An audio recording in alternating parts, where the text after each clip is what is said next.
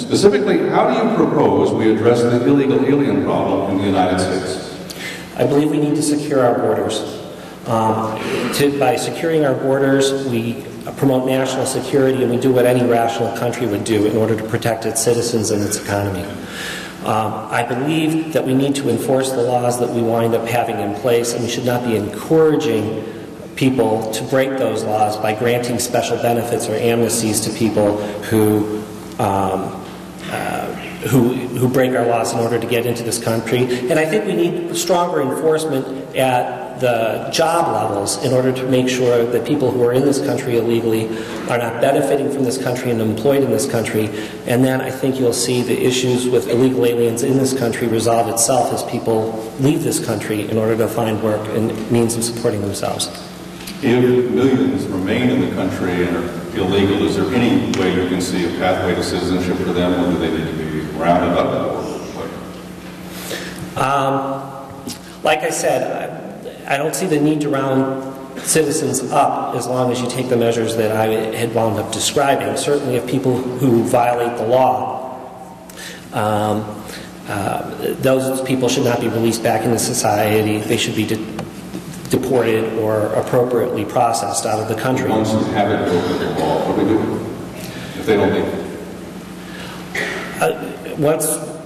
In my view, people who are in this country illegally shouldn't be able to benefit from this country. Cracking down on employers. Well, for example, for Social Security records, I mean, there are many ways that the government can find people when they want to find people, and to the extent that people access public services and we discover that they're here illegally, to the extent that they encounter authorities and they're here illegally, or interface with the tax system, however, those people should be identified, and then I would be in favor of returning those people to the country of origin so as not to discourage people from trying to enter this country through the procedures and processes that we have. Thank you. Next question. What is the most serious error in America's current national defense policy?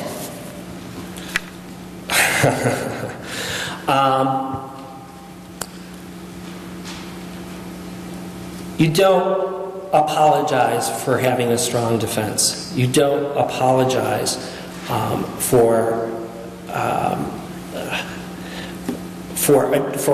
being strong Americans and doing what is best to lead the free world.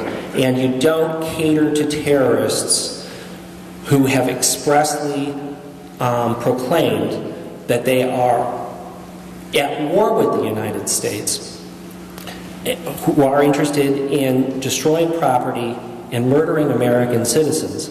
To take that kind of approach with our foreign policy is an enormous mistake that sends out a message of weakness and only encourages people who would do us harm to step up their activities.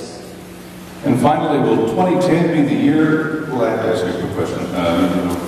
Audience viewers for 10 seconds. If the President of the United States were to say, hey, I need permission to go launch an attack on Iran and make nuclear weapons, would you say yes or no as a member of Congress? To launch an attack on Iran? Yes, I would say yes. Will 2010 be the year of the Tea Party? Why or why not? I think it certainly could be. I think 2010 is a time when we've demonstrated in our rallies on Washington, D.C., in the meetings like we're having right here. I mean, I was inspired to get involved in politics and and to run to office for people that I've worked with, that I've been with, that I've traveled back and forth with to all of these different events.